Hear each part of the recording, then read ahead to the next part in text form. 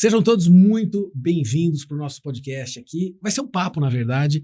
Eu convidei um amigo, né, sócio, o Joeval Martins, o professor Joeval. E, pessoal, vai ser um ambiente onde a gente vai discutir, a gente vai falar a respeito de um produto que nós estamos lançando. Nós já validamos esse produto e é o Margem e Mercado, onde a gente vai casar dois pilares, duas vertentes. A gente vai falar sobre finanças corporativas, a importância da gente saber, da gente entender os números, mas ao mesmo tempo também a gente vai falar de mercado, como que a gente negocia, como que a gente gera valor, como que a gente agrega valor para o nosso cliente final, como que a gente gera experiência para o nosso cliente. Ou seja, é um combo do hard e do soft skill. Então, tô aqui com o Joeval. Joeval, seja muito bem-vindo para esse papo aqui. Como é que você tá? Obrigado, Thiago. É um prazer estar aqui contigo. Para mim, um momento, é o ápice da nossa carreira, quando alguém nos convida para falar daquilo que a gente acredita, que a gente domina e que a gente exerce no nosso dia a dia. Eu, como professor, que sou como você, Thiago, eu aprendi o seguinte: quando a gente junta duas mentes e trata de assuntos complementares, o resultado pessoal que vai nos assistir é impecável. Eu não falo que é perfeito, porque não existe perfeição, mas eu posso dizer que é impecável. Então, o Margem Mercado vai trazer para essa turma que está nos assistindo um novo olhar no seu negócio, no seu empreendimento, até mesmo na sua empresa, da maneira que você trata margem, mercado, vendas e finanças. Obrigado pelo convite, Thiago. Eu que agradeço. E eu acho que para a gente começar aqui, o importante é fazer a apresentação. Então, Joeval, eu vou passar para você. Perfeito. Conta um pouquinho quem é Joeval Martins. Perfeito. Bom, eu sou formado em matemática, não por opção, mas por falta de opção. E na minha época, quando eu fui estudar, a única opção que existia na PUC Campinas, no noturno, que tinha total afinidade comigo, era matemática. Então, fui fazer matemática. Quando você faz uma universidade, isso aí fica para o pessoal que está estudando também, né? Quando você faz uma carreira universitária que não é do seu agrado, você tem que voltar para uma pós-graduação. Por isso, a escolha da sua primeira opção é muito importante. Passei pelos bancos da SPM, fiz uma pós-graduação em marketing na ESPM.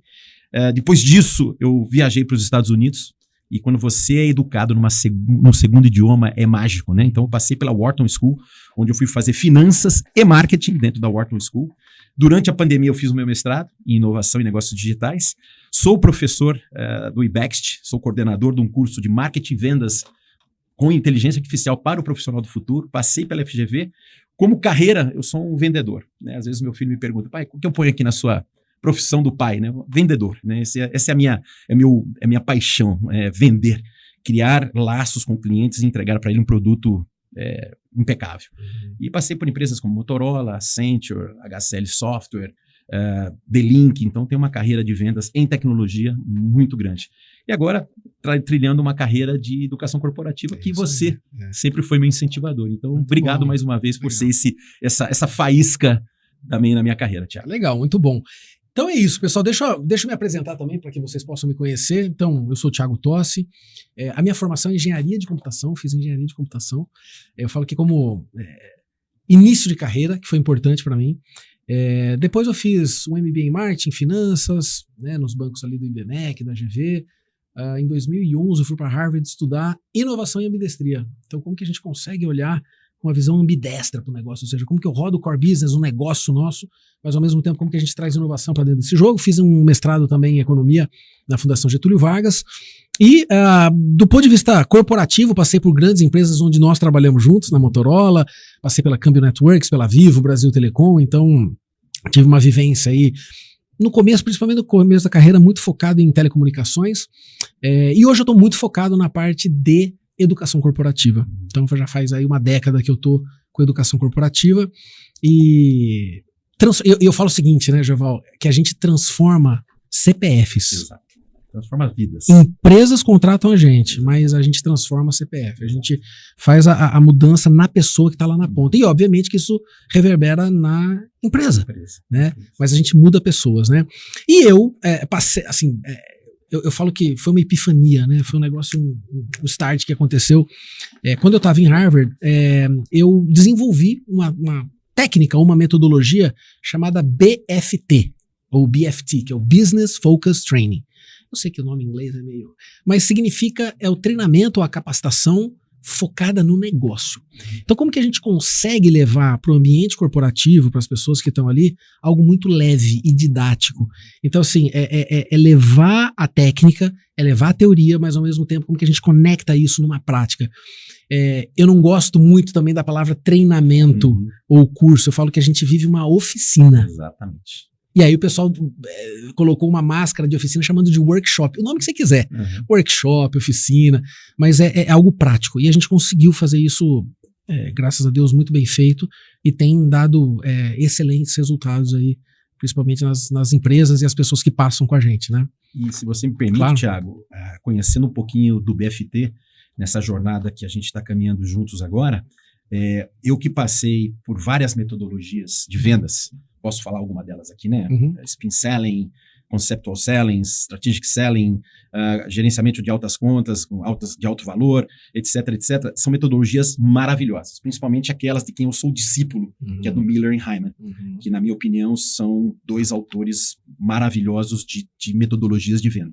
Porém, essas metodologias, pela minha experiência, não se adequam, não se enquadram em qualquer empresa. Né? São empresas que têm um ciclo de vida relativamente grande. Quando eu falo grande, eu falo de 8 a 12 meses de ciclo de venda.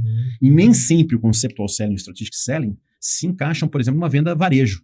Uma empresa de varejo onde tem alta rotatividade.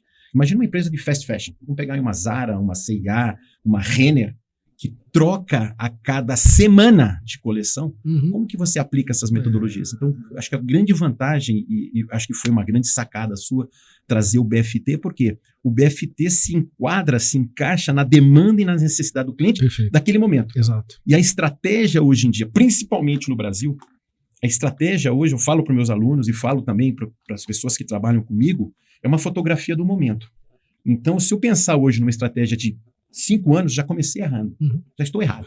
Então, o BFT, na minha visão, ele traz uma fotografia do momento, daquela necessidade, para vencer e ter êxito no ano corrente. Estamos em 2026. É isso aí. O que eu preciso fazer para ser exitoso em 2026? Quais são as minhas demandas? Quais são os meus gaps? Soft, hard, e como que eu corrijo isso no tempo? Então, aqui o meu kudos para você, porque foi uma sacada maravilhosa, porque você pode utilizar qualquer estratégia, qualquer metodologia que a gente está mostrando aqui, dentro da demanda do cliente, até próprio MEDIC, né, que eu recentemente fui também certificado em MEDIC, de que maneira que eu aplico isso no momento da empresa. Explica um pouquinho para o pessoal, o que é MEDIC, rapidamente. Assim. MEDIC é você trazer para o cliente uma fotografia das métricas, dos tomadores de decisão, como que eu faço a chegada nesses atores de tomada de decisão e quais são os KPIs que eu tenho que cumprir para atingir aquela meta. Então, o MEDIC traz essa clareza até a ponto de você identificar quem que é o tomador de decisão financeiro e quem que é o cara aliado para ajudar você a cumprir com esse objetivo. Então, o MEDIC traz esse olhar, principalmente de médio e longo prazo. Porque se você cumprir com aqueles KPIs e você organizar a sua vida, a sua jornada de venda dentro daquele framework, você certamente vai ter êxito. Então, como que eu aplico isso no dia a dia das empresas? Então, a fotografia do momento e o Business Focus Training traz essa clareza para o cliente. Fantástico. E eu costumo olhar sempre, principalmente para o cliente onde sangra mais.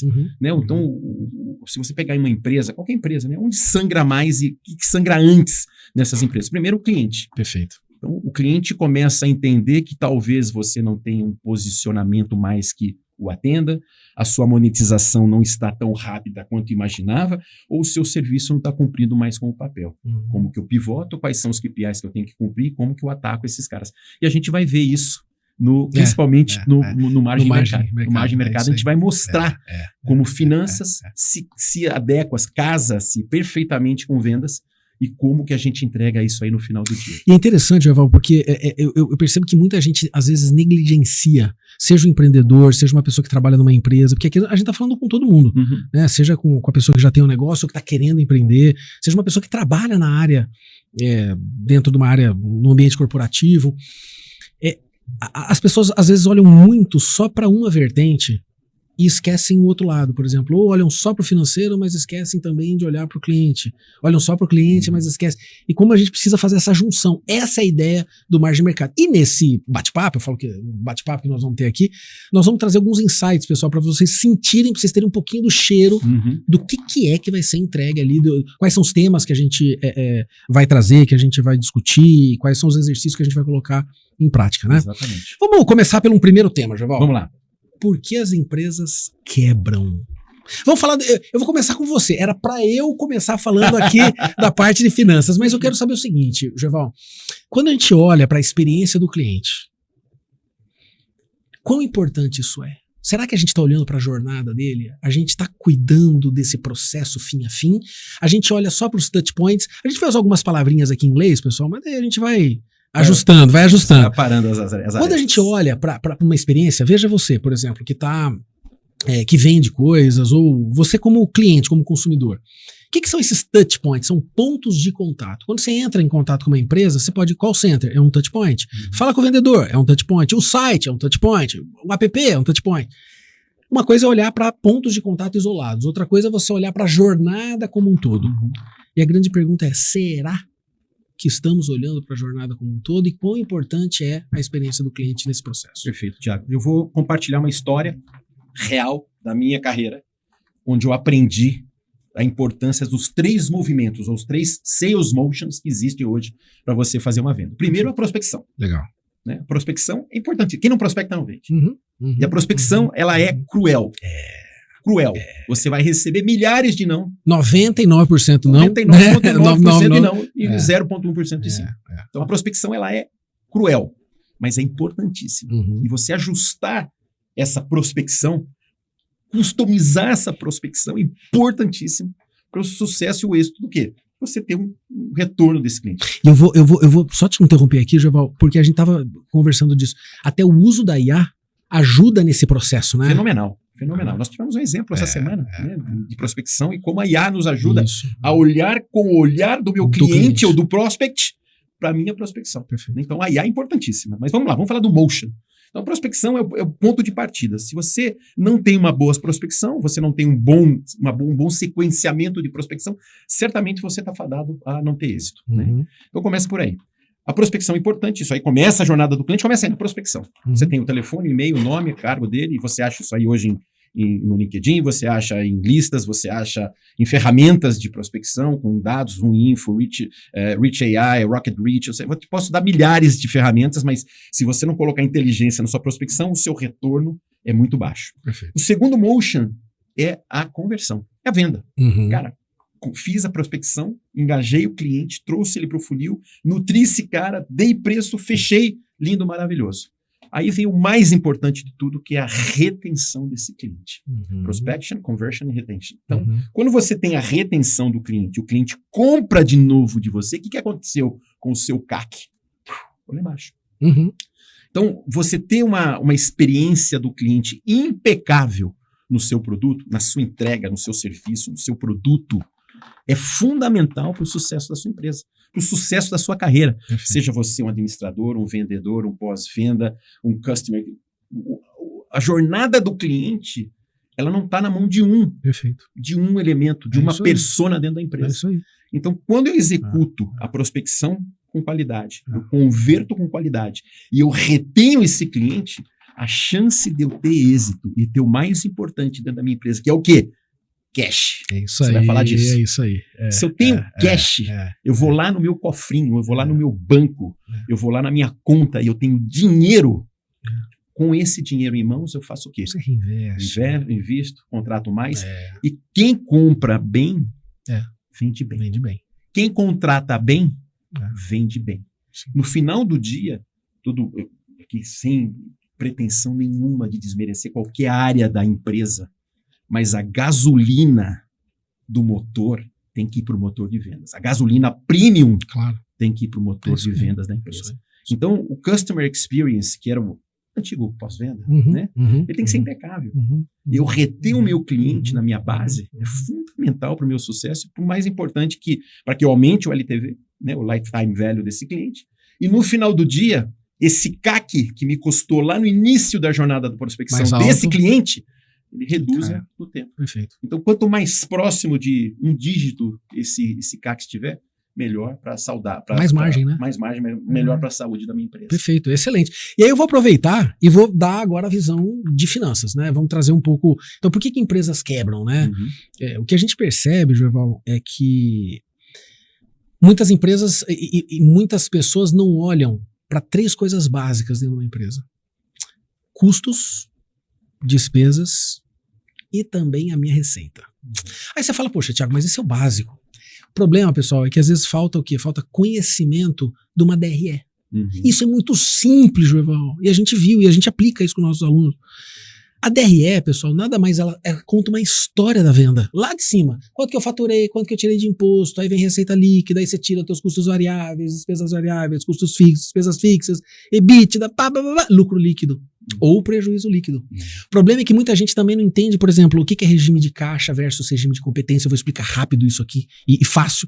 Regime de caixa e competência. Vamos supor que você fez um plano de vender 100 mil telefones. Assim. Você falou assim, vou vender 100 mil reais. Está no teu plano. Você mobilizou força de vendas, fez promoção, legal, vai vender 100 mil. A minha pergunta é a seguinte, você vende esses telefones aqui, você vai vender à vista ou você vai vender parcelado? Porque no teu plano, como regime de competência, é vender 100 mil aparelhos a... Vou chutar aqui para facilitar nossa conta, tá? 100 mil aparelhos a 10 mil reais. Tá? Então nós estamos falando de bastante dinheiro aqui. Esse dinheiro vai entrar no mês de competência ou ele vai entrar devagarzinho? E se eu parcelar isso aqui em 10 vezes? Como que eu caso o que é competência com fluxo de caixa? O que está de fato entrando no teu caixa? Esse é um ponto importantíssimo, que muitas empresas às vezes negligenciam. É o que você falou, Joeval. Cash is king. Né? Então caixa é rei. Se eu não tiver caixa, eu não consigo honrar o quê? Os meus fornecedores. Como que eu lido com o prazo médio de pagamento? Se eu tiver uma má negociação de fornecedor, estou negociando com o meu fornecedor para pagar em, sei lá, meu fornecedor eu pago em, vamos colocar, 30 dias. Ou eu consegui uma boa negociação, joguei para 60, que seja 60 dias. Só que se meu prazo de recebimento tiver em 10 meses, você concorda que eu tive que desencaixar primeiro em 60 dias para depois começar a entrar dinheiro? Até acontecer esse dinheiro, até acontecer essa entrada de dinheiro, tem um negócio que chama capital de giro. Como que eu calculo? Qual que é o capital de giro que eu preciso? Então assim, a gente tem várias variáveis aí que entram e que não são complexas. Que você aprende a fazer a continha. Eu falo que para entender de finanças, as pessoas têm que saber somar, subtrair, multiplicar e dividir. Só. Tiago, aproveitando esse papo de DRE, caixa, fluxo de caixa, nessa sua jornada como profissional da educação corporativa, em termos de porcentagem, qual que é o combo de pessoas que você já lecionou, que você ensinou, que realmente tem um relativo bom conhecimento de finanças, que consegue ler um DRE e tomar decisão? Legal, dele? Excelente pergunta. Joeval, eu diria o seguinte, mesmo profissionais que são da área, vamos colocar 10%, são as pessoas que dominam de fato, tá? Mesmo que sejam pessoas que são da área, e aí elas falam, poxa, mas isso aqui eu conheço. O problema é que a nossa formação, em geral, ela não traz a prática. Então, por exemplo, o cara conhecer de contabilidade, mas na teoria é uma coisa, o cara conhecer de contabilidade na prática é outra. O cara entender como que toca uma empresa, na teoria é uma coisa, na prática é outra. Então esse é o grande ponto que eu acho que é a virada de chave que a gente traz, é a prática junto com a teoria, ou seja, como que a gente casa essas duas coisas e traz uma visão gerencial. Esse é o grande ponto. Perfeito. Mas eu diria que 10-90. Deixa eu complementar em cima disso também, Thiago. Qual que é a importância? Isso aí a gente tem que contar para as pessoas que estarão em nosso módulo, principalmente quando a gente vai falar de margem e mercado, né? Qual que é a importância do profissional de vendas ter uma noção clara de finanças em tomada de decisão, principalmente? Eu falo que não é importante, é importantíssimo. Importantíssimo. O cara que tem noção de vendas, o cara que tem noção, né, ou seja, que está na área de vendas e que tem noção de finanças, ele consegue ver se aquele projeto é interessante, ele não é. Ele consegue fazer uma proposta mais inteligente para o cliente dele. Ele consegue precificar melhor, ele consegue entender a precificação, ou seja, até onde eu posso ir com desconto, até onde eu não posso ir com desconto, aonde que esse desconto mata a minha margem. Ele entende cenário macroeconômico. Por exemplo, tem muita gente que fala, eu não quero saber de Selic. Como que você não quer saber de taxa Selic? Impressionante. Se é o que dá o drive, você sabe quanto que é o custo do dinheiro. Porque eu prefiro investir meu dinheiro a 15% ao ano, ou eu prefiro entrar num negócio que vai me dar 12%. Pode ser que às vezes o negócio esteja dando menos do que... Então eu não vou colocar meu dinheiro num negócio que dá 12%. Se ele pode dar 15%, se eu ficar sentado em casa. Então assim, eu vou tomar um financiamento, eu vou me endividar, porque endividamento faz parte também das empresas. Tem muita gente que fala assim, não, mas dívida... 99,9% das empresas têm dívidas. Faz parte do jogo. Por quê? Porque ela pega aquela dívida a X% e às vezes o negócio dela consegue entregar 3x. mais da 2X, 3X, ou seja, eu pago a dívida e eu uso o dinheiro do terceiro. Exato. Eu não uso o meu dinheiro. Então, né, tem o capital próprio, capital de terceiro. Entender isso aí. Isso é vital. Então, assim, seja para a área, você trouxe a área de vendas, mas eu estenderia isso aí, Joval, por exemplo, para um profissional que é da área de TI. Por exemplo, vou fazer um investimento. Vou comprar uma máquina, um servidor. Aí você fala, tá, Thiago, quanto que custa o servidor? Eu não olho quanto custa o servidor, eu vejo, obviamente, quanto custa o investimento que eu vou ter, mas qual que é o retorno que ele vai me dar, qual que é o fluxo de caixa que esse negócio vai me trazer. Eu vou investir no equipamento, quem é de indústria, qual é o fluxo de caixa que vai me trazer? E aí eu consigo falar, isso é um bom ou um mau investimento? Isso é viável ou inviável? Então isso se aplica para RH, contratação de treinamentos, capacitação, para o time de suprimentos, de compras, para o time de indústria, de supply, ou seja... Qualquer área precisa, eu falo que é necessário. E o que a gente tem percebido é o seguinte, eu tenho trabalhado muito fortemente mais essa parte aí de finanças nos últimos 3, 4 anos, desde 2020, 2021, por ali, 22. Como o Brasil está começando a olhar para isso com mais carinho. Por quê? Porque sabe que não adianta só você trabalhar uma frente se você descobrir a outra. Porque tem uma carência muito grande. Então, eu diria que não é importante, é importantíssimo. E isso me remete, Thiago, a uma lição que eu aprendi com um dos líderes que eu tive na minha carreira, na Motorola Solutions, que ele me disse uma vez, né? Isso aí do alto do meu desconhecimento de finanças, óbvio, né? Ele chegou a mim, Joival, no business is better than bad businesses. Ou seja, não fazer negócio é melhor do que fazer um mau negócio. E quando você fala dessa perspectiva de finanças, do retorno desse investimento, né? E que esse investimento vai trazer para a minha empresa, por exemplo, se eu estou comprando uma plataforma de análise de dados. O que essa plataforma de análise de dados vai trazer para mim hoje, amanhã, e em toda a jornada de existência dessa plataforma? Eu vou reduzir a minha hora? Eu vou melhorar o meu processo? Eu vou me tornar mais eficiente? Qual o benefício no final do dia essa plataforma vai me trazer? E aí a gente começa a entrar num tema que eu gostaria também de abordar com você, Thiago, que é valor. Muita gente, e eu falo isso aí na universidade, eu falo isso aí nos cursos que eu ministro, nas palestras que eu ministro, principalmente quando toca no tema de valor, e eu pergunto para quem está nos assistindo, você sabe o que é valor? Você sabe o que é valor? Muita gente associa valor a valor monetário. Certo. Né? E a resposta simples que eu trago, eu vou trazer um exemplo aqui, que o valor é o benefício percebido pelo cliente. É isso aí. Quando eu compro um iPhone de R$10.000, qual o benefício intrínseco dessa máquina na minha vida? E pode ver que eu sou um fã da Apple. Né? Eu falo que eu sou um embaixador da Apple. Eu vendo a Apple, meus amigos, para minha família, etc. Então, o que o iPhone me traz de benefício? Primeiro, a usabilidade dele. Diferentemente do Android, aqui eu faço um disclaimer, eu odeio o Android. E o meu é Android. E eu amo. Viva a democracia. É isso aí. Eletrônica e digital. Porque a usabilidade dele é magnífica. A conectividade com todos os meus gadgets em casa é magnífica. Então ele me traz um conforto de usabilidade que, se ele custar 12, 15, 17, I don't care, não me importa. Eu pago, porque o benefício que ele me traz é muito infinito. Maior. É infinito, porque eu não preciso passar por um processo de ler o manual, de entender. Cara, ele é muito intuitivo. E esse tempo que eu economizo de navegar em manuais, entender setups que são extremamente complicados, aqui eu faço no máximo com 3 cliques qualquer setup. Então, o benefício do iPhone que eu percebo supera o valor dele. E aí, Thiago, do ponto de vista de finanças, né? Como que a gente faz essa análise com o olhar de um financeiro se esse produto ou esse serviço vai trazer um benefício real, tangível? Vamos falar de análise de dados, né? Uma plataforma de análise de dados, né? Que é um produto relativamente de benefício intangível. Como que eu torno, do ponto de vista financeiro, esse valor tangível? Legal. Bom, primeiro a gente analisa o investimento que a gente está fazendo e a projeção do fluxo de caixa no futuro. Então, para você que está, né, investir nessa plataforma, ou investir, por exemplo, estou comprando uma mercadoria para revender.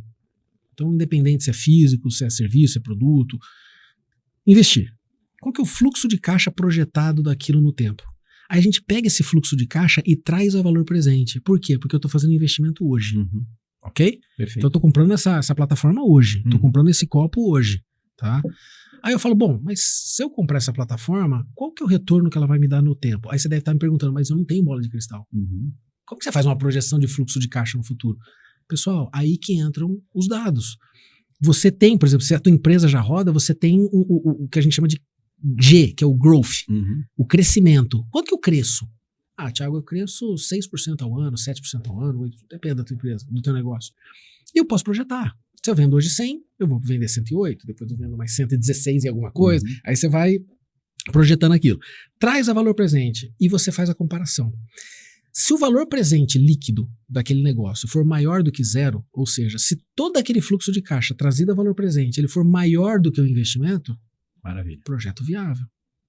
Eu posso usar uma outra técnica também que a gente fala de TIR, que é a taxa interna de retorno. O que é isso? Eu faço a projeção do fluxo de caixa igual, só que ao invés de eu ver em dinheiro, eu vejo em taxa. A taxa desse projeto é de 13%.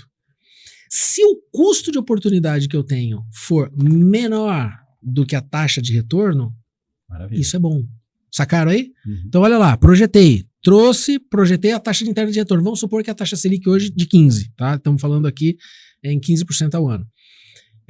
Se o projeto retornar para mim 18%, top. Por quê? Porque ele está cobrindo o custo de oportunidade que eu teria de colocar meu dinheiro. Então também é um outro jeito. A gente pode analisar isso, Joval, pelo prisma de tempo, chama payback. Então agora eu não olho mais nem para o valor e nem para a taxa, não comparo mais taxa, eu comparo prazo. Imagina que você está na tua empresa e a diretoria falou, olha, eu topo, o CFO da empresa falou assim, eu topo bancar o projeto, só que ele precisa retornar em 3 anos. Eu estou falando do quê? De uma métrica de payback. Não estou falando mais de taxa interna de retorno e nem de VPL. O cara quer tempo. Ó, Thiago, não pode passar de 3 anos a construção de uma fábrica, ela tem que ser paga em 3 anos. Você faz essa projeção. Se o teu payback der menor do que o prazo que ele estipulou, top. Ele deu 3, você respondeu em 2 anos e 2 meses, tá ótimo, né? O problema é se ele extrapola. Então, esses pontos, obviamente que a gente tem outras maneiras, por exemplo, ROI, que é o Return on Equity, que é o retorno sobre o patrimônio líquido, que a gente compara em cima do patrimônio do capital próprio. Tem o ROIC, que é o capital investido. Então, assim, a gente vai para vários lugares, mas esse é só um pouquinho do que a gente também explica ali de como fazer esses cálculos, né? De como que a gente vê valor do ponto de vista monetário. Perfeito, perfeito. E uma dúvida também, Thiago, que sempre aparece em nossas conversas de sala de aula, conversas internas nas nossas empresas, etc, que é o seguinte, como eu precifico o meu produto? É bom, isso aí. Saímos do valor, e agora eu estou falando de precificação.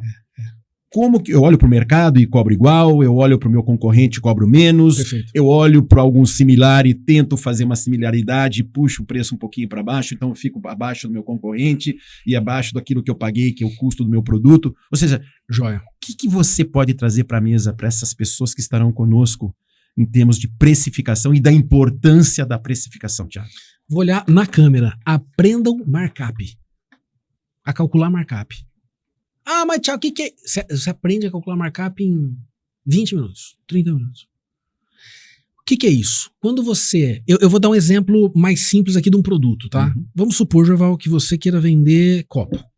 Ok? Aí você vai lá e vai importar esse copo. Você tem um importador chinês, você importou esse copo aqui por R$20. Tudo bem? Aí você fala, mas eu vou vender por quanto no mercado?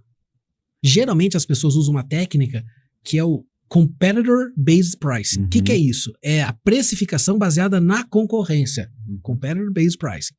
Só que se você fizer isso, aí você olha pro teu competidor do lado, ele tá você comprou por 20, hein? Aí o erro das pessoas é o seguinte, vou colocar 50% de margem, aí de R$20 ele vai vender isso por quanto? Por 30. Que ele faz essa conta errada, tá? Eu não posso fazer isso, eu não posso pegar 20 e falar, vou botar 50% e vou vender isso aqui por 30, porque o cara ali do lado tá vendendo a 32, então eu vou ficar mais pode ser que esse 50 aqui esteja dando menos alguma coisa. Uhum. E você esteja perdendo dinheiro. Por quê, pessoal? Porque existem custos invisíveis. Boa, Thiago. É esse ponto que eu queria fazer. Custos e despesas invisíveis. Por exemplo, você está com um negócio na tua casa. Tô trazendo para o empreendedor pequeno aqui, só para a gente ser didático. Aí você foi lá, comprou esse copo, e aí você está fazendo as vendas online, você está no teu espaço físico, e aí o cara fala, bom, quais são os meus custos? R$20 do copo, o que mais que eu tenho? Mão de obra. Ah, mas não tem mão de obra só. Não, mão de obra para vender, talvez, Eu né? não tenho. Não tem. Pago a plataforma lá do Mercado Livre. Mercado Livre, perfeito. E aí ele vai lá, e a partir daí, aí ele calcula o imposto que ele vai ter que, né? Ele emite as notas e tal, e ele precifica. Só que ele esquece o seguinte, aquele espaço físico que ele está usando na casa dele. Ah, é. Tem um custo, né? Ele tá na casa dele. Tem um custo, energia elétrica. Aí você fala, não, mas ele tá na casa dele. E daí? Quanto custa isso? É um business, porque se ele não tivesse ali, ele estaria no espaço escritório. físico, no escritório. E custa. Estaria gastando R$200 de energia? É R$200, você tem que botar na mais ponta do lápis. internet, mais... Ah, mas eu pago 5 mil de aluguel, mas eu não uso a casa inteira. Ok, então rateado, quanto você usa daquela casa? Ah, R$500, então coloque aí. Exato. 500 de aluguel, 250 de não sei o quê, mais a internet, mais... Quando você coloca, você aprende a montar o teu markup e aí você bota a tua margem de lucro. Em cima de tudo isso aqui que eu tenho, eu ainda quero 20%, 25%, Perfeito. aí você coloca a tua margem. A partir daí sai um númerozinho que chama markup. E é no markup que daí eu pego o custo do meu produto, da minha mercadoria vendida ou do meu serviço, e aí eu vou fazer o cálculo de quanto que eu vou vender. E às vezes pode ser que este copo de 20 vire R$42. Aí você fala, puxa, mas Thiago, R$42 para eu ter uma margem de 20%? Sim. Por quê? Porque tem um monte de custos e despesas que estão ali embutidas que você não enxerga. Então, eu diria o seguinte, olhar para o mercado é importante, mas antes de eu entrar num negócio ou revisitar a minha estrutura de precificação, é olhar para o concorrente e às vezes tem muito empresário que nem entra no negócio. Porque ele fala, bom, se aquele cara tá fazendo por 30, mas os meus custos fazem eu vender por 42, será que se eu for pro mercado a 42, eu vou conseguir vender se o cara tá me vendendo E aí, pessoal, esse é o grande ponto que aqui eu vou jogar a bola pra você também, João. Uma coisa é vender commodity. Se eu vender este copo aqui, ó, todo trabalhadinho e o cara compra do mesmo fabricante, se aquele cara vende a 30 e eu vendo a 42, você prefere comprar de quem, João? O coração e o bolso vai falar. Porque é uma commodity. Exato, o que muda? É vidro, é a mesma coisa. Agora, como que eu posso agregar valor a isso aqui? Perfeito. Será que tem alguma experiência? Será que eu entrego... Aí sim talvez eu possa cobrar mais. A gente tava dando exemplo do sorvete, né? Que a gente fala, você vai a uma sorveteria, eu nem vou citar nomes aqui, mas padrão mais alto. Às vezes um copinho de, sei lá, 20 gramas de sorvete sai R$30, R$32, R$33. Desse aí, 38 para ser preciso. Desse aí, 38. E você paga. Paga. Aí eu te pergunto assim, se você for olhar pro insumo, poxa, tem uma bela de uma margem ali. Mas por que você paga? Esse é o grande ponto. Ou seja, por que você está disposto a pagar por aquilo? Você fala, pô, Thiago, mas é uma commodity? Já não é uma commodity porque o cara não está concorrendo. Qual a qualidade do produto dele? Qual é a experiência que ele leva? Starbucks é um exemplo claro, típico. Café. O cara paga no café, sei lá, num copo de café, R$13. R$13. Sendo que ele poderia pagar na padaria R$4,50, 5. Mas por que ele paga R$13? E eu vou te contar uma experiência que eu vi essa semana. No YouTube. Fizeram uma experiência de entrega de um produto de altíssimo valor agregado de luxo. Um relógio Rolex. Então pegaram um relógio Rolex, colocaram dentro de um pacote de comida. Foi uma experiência social que fizeram? Social. O cara pegou, colocou um Rolex verdadeiro dentro de um pacote, como se fosse um pacote de iFood com o selo do Rolex. E entregou para a pessoa. Isso aqui é um presente meu para você. A pessoa pegou, abriu. Qual que é a primeira impressão que a pessoa tem? Falsificado. Mas era um Rolex verdadeiro. Verdadeiro. Né? E aí, ele, num segundo take, ele pegou o mesmo relógio, colocou numa caixa de madeira maravilhosa, toda entalhada a laser e tal. E qual a diferença? Embalagem. O produto é o mesmo. Perfeito. Quando a gente fala de copo, e eu vou trazer uma outra experiência também que eu sempre debato com meus alunos, né? Quando qual que te leva a você comprar esse copo do provedor A, o mesmo copo em características, em talhamento, ou seja, o mesmo copo do cara B, né? Primeiro, a reputação do cara que eu estou comprando. Eu pelo menos faço isso. A reputação do cara. Eu prefiro pagar mais baseado na reputação do cara que está vendendo. Seja uma reputação social, seja uma reputação de estrelinhas, de experiências que outros clientes tiveram, mas eu prefiro pagar mais pela reputação do cara. Perfeito. Segundo lugar, a embalagem. Como que esse copo vem? Será que ele, no momento da verdade, né? The moment of truth, né? Eu investi o meu dinheiro. Como que é a embalagem desse produto? Né? É importantíssimo, principalmente se for dar de presente. Esse é um copo que você não usa, entre aspas, em casa. Normalmente você dá de presente para alguém um copo desse. Né? E eu fiz uma experiência também com meus alunos. Né? Imagina um produtor de sal.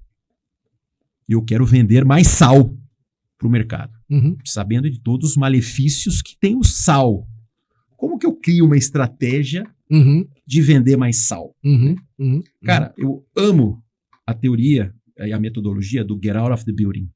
Sai do prédio. Vai lá, né? Vai lá. Escuta o cara. Vai lá escutar o cara. Né? E você anda hoje, 2026, nos corredores do supermercado, quantos tipos de sal você tem hoje no mercado? Uma infinidade. O que faz você não comprar o sal de R$3,50 o quilo para comprar o flor do sal de 12 reais que vem numa latinha que vem com 250 gramas. Perfeito. Quando eu falo de posicionamento, isso a gente vai falar no nosso curso também, Thiago. Nessa capacitação que a gente vai entregar, que é uma mistura de um evento gastronômico, aqui já dando um spoiler, com aprendizado de finanças e vendas, eu vou mostrar para essas pessoas como que eu crio novas categorias de produto premium que eu levo essas pessoas a pagarem, ao invés de R$3 o quilo, pagarem R$12 por 250 gramas da flor do sal. Fleur de sal. Você tem um francês melhor que o meu, né? Então, Thiago, eu falo muito da precificação, do posicionamento, e o posicionamento de produto, de criar novas categorias é importantíssimo. Eu vou trazer aqui uma nova experiência também que está acontecendo comigo recentemente, né? Eu conheci algumas marcas de camisetas recentemente.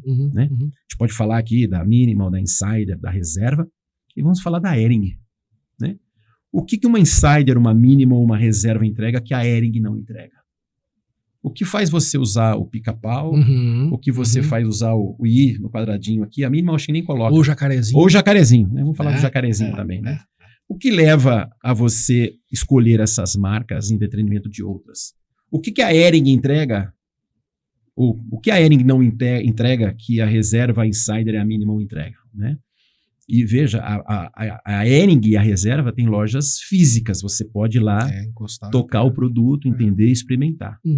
A Minimal Insider, por hora, não conheço lojas físicas deles. E mesmo assim, a gente compra a camiseta. Acreditando, né? Paga 3 dígitos na camiseta, preço Reserva, tá? O preço da Insider e da Minimal são preços iguais da Reserva. Mas o que levam essas pessoas a comprarem esses produtos? Né? Na verdade, são testemunhos de influenciadores que trazem a marca, né? Então, você pegar o pessoal da G4 está usando. Prova social. Prova social. O Flow faz propaganda. O Maurício Meirelles faz propaganda. O Alfredo Soares recebe lá da Insider camisetas deles. Então, essa prova social é importantíssimo, principalmente quando a gente cria as alavancas e os gatilhos, né, mentais para a pessoa comprar, que a gente vai explorar também na nossa capacitação, o que faz essas pessoas fidelizarem com essas marcas? Né? O que faz incrementar a retenção desses caras com essa marca? Né? Então, o importante de a gente trazer isso aí é para a gente olhar de que maneira que a gente faz esse cliente ficar conosco. E aí, Thiago, eu devolvo para você do ponto de vista financeiro. Né? Pega uma pessoa que tem como eu, por exemplo, que tem uma retenção imensa no momento de tomar a decisão de compra. Quais são os gatilhos financeiros, ou quais são os influenciadores financeiros que podem ou não fazer a pessoa tomar a decisão ou não de comprar aquele produto? O que eu vejo é que ali vem muito uma questão, principalmente quando a gente fala no B2B, né? Vamos falar de negócio para negócio. Tá? É puramente qual é o retorno que eu vou ter naquilo. Ou seja, retorno financeiro ou emocional? Aí que tá. A gente pode ir para essas duas, né? Falando em finanças, financeiro. Né? Ou seja, eu estou investindo nesse negócio aqui. Qual é o retorno que eu vou ter? Ou seja, isso se paga. Essa conta, essa primeira conta. Então, é a viabilidade desse projeto. Né? Agora, você estava falando, Gerval, e voltando um pouquinho na casa ali da questão de Customer Experience, né, de falando um pouquinho de experiência do cliente. Eu estava lendo um relatório da PwC que estava perguntando assim, fizeram algumas perguntas em relação a quão importante é a experiência do cliente numa decisão de compra. Quando você vai tomar uma decisão de compra, quão importante é? No mundo inteiro, o Brasil é o país que mais se importa com a experiência de compra. 89% das pessoas que responderam disseram, eu me importo. O Japão é 31%. Uau. E por que isso? Porque tudo funciona. Não é que o cara não goste da experiência, é porque tudo funciona. Então, assim, ele não é sensível. Perdeu a sensibilidade. Você fala, mas eu vou estender um tapete. Você fala, mas eu já tenho. Mas eu vou colocar luzes, piscar, mas eu já tenho. Eu vou te entregar em 15 dias. Mas eu já tenho. Em 15 minutos. Em 15 minutos, em 15 segundos, mas eu já tenho. A gente carece disso. Então, primeiro ponto, isso é um ponto que eu queria destacar aqui para as pessoas. Como que eu consigo, olhando para esse público, e não é só o brasileiro não, é o latino-americano em geral, fica na casa de 82% na média, tá? O Brasil é o maior, 89%, mas você tem México com 87%, Argentina, etc e tal. Muito bom. Fizeram uma outra pesquisa nesse reporte. A pergunta foi o seguinte, se a experiência do cliente é importante, o que faz você pagar um prêmio a mais? Que é a pergunta tua, ou seja, o que faz a decisão de compra? O que faz eu pagar um premium, né? Que a gente chama esse valorzinho a mais. É pagar no sorvete R$38 num negocinho pequenininho. É você pagar num café R$15, R$18 num... E as pessoas responderam várias coisas. Tem várias... Tem lá, atmosfera da empresa, diversão, marca, valor da marca e tal. E no quadrante superior, ou seja, onde os caras pagam mais, tem 4 coisinhas. Primeiro, eficiência, conveniência, serviço amigável. Olha aí. Tá lá. Eficiência, conveniência, friendly service, serviço amigável e easy payment. Olha aí. Facilidade de pagamento. São 4 coisas principais. As outras, obviamente, contam. Ou seja, trabalhar com uma empresa que é responsável socialmente, conta também. Só que não é o que faz a diferença. Entendi. E a grande pergunta que eu faço é o seguinte, como que a gente consegue ser mais... A gente trabalha muito isso no Margem Mercado, que é essa coisa do... Como que eu consigo ser mais eficiente no meu business? Como que eu consigo ser mais conveniente? Como que eu entrego uma experiência melhor para o meu cliente? Como que eu faço... Como que eu crio essa facilidade de pagamento sem matar o meu caixa? Esse é o grande ponto. Entendi. É ou não é? Sem dúvida. Porque você fala assim, tá bom, eu vou flexibilizar, vou parcelar em 20. Você pode parcelar em 20? Senão você vai ficar sem caixa. É verdade. Acabamos de falar disso aí agora. Então, assim, como que eu caso essas coisas? E esse é o grande segredo, né? Achar esse ponto aí de intersecção. Exato. E aí, Thiago, um ponto que eu acho importantíssimo, principalmente para o profissional de vendas, né? Como que você faz essa interseção, né, de entendimento de vendas, de margem, de mercado, de fluxo de caixa e como isso melhora a visão do profissional. Totalmente. Porque você acaba ganhando uma independência, entre aspas, do seu financeiro, porque às vezes não fazer esse negócio é mais inteligente. É mais inteligente que fazer um mau negócio. E eu me lembro, esse mesmo mentor que eu comentei aqui, que no business better than bad business, né? Ele chegou ao ponto de me dizer assim, Joeval, talvez esse cliente não tenha um perfil para ser cliente desta empresa. Ele não quer pagar pelo valor que a gente está aportando e ancorando para a empresa dele. Então, cara, o não é o melhor caminho para a gente ter com esse cliente. Entender isso aí. Né? Perfeito. Joeval, a gente já está meio que avançando aqui para os minutos finais, né, desse papo que poderia ficar horas. Aqui, nem né? me diga, Thiago, nem me diga. Mas eu queria até fazer uma provocação para você. O que realmente faz um cliente ficar na tua percepção? Você fala muito de jornada, eu gosto que você fala da jornada educacional. Que momento que você tá, né? Perfeito. E aí, de novo, pessoal, nós estamos falando aqui para um ambiente onde é empreendedor, é o cara que está no ambiente corporativo. Exato. Ou seja, independendo da tua área, se você é um cara de TI, se você está no jurídico, se você está na área de vendas, se você está no marketing, se você tem o teu negócio. Que momento que é esse? É uma jornada educacional? É uma jornada... E o que isso afeta? Perfeito, Thiago. Eu vou trazer 2 exemplos aqui. Né? Vou pegar... A gente está vivendo agora o momento da análise de dados. O momento da inteligência de dados. Eu que saiba, né? que eu tenho entregue de aula e capacitação. Exato. A gente está vivendo esse boom de análise de dados. E, infelizmente, na América Latina, nós ainda estamos engatinhando em tomar decisões baseadas em dados. Por quê? Primeiro que ninguém aprendeu na universidade como analisar dados. Ninguém aprendeu na universidade, ninguém aprendeu nos bancos das escolas sobre qualidade de dados. Se você perguntar para os executivos, você confia nos seus dados? 90% acho que fala que não, né? Fala que não. É. Eu falo, e como você toma a decisão baseada em dados? Tem lá, tem lá o cara do Excel. Chama o cara do Excel. Puxa lá dados do seu CRM, do seu Tableau, da sua base de dados, de clientes. Você traz dados, joga no Excel, faz um proxy, PROC-V, combina milhares de planilhas, 100 homem-hora de trabalho, 100 homens-hora de trabalho. E aí você tem lá uma planilha que vai te dar uma visão relativamente próxima daquilo que você precisa. E aí sim, ele usa o guts e o judgment para tomar decisão. Mas se ele não tem judgment nem guts, ele vai tomar uma péssima decisão. Vai errar. Então, nesse momento que a gente está engatinhando em análise de dados, eu digo que a gente não está numa jornada de vendas, a gente está numa jornada educacional.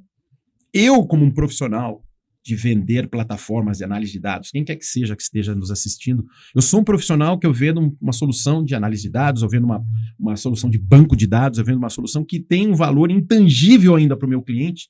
Ele não consegue mensurar na cabeça dele a demanda, a necessidade, porque ele tem um batalhão de pessoas hoje gerando informação e jogando em Excel, que ninguém sabe que versão que está.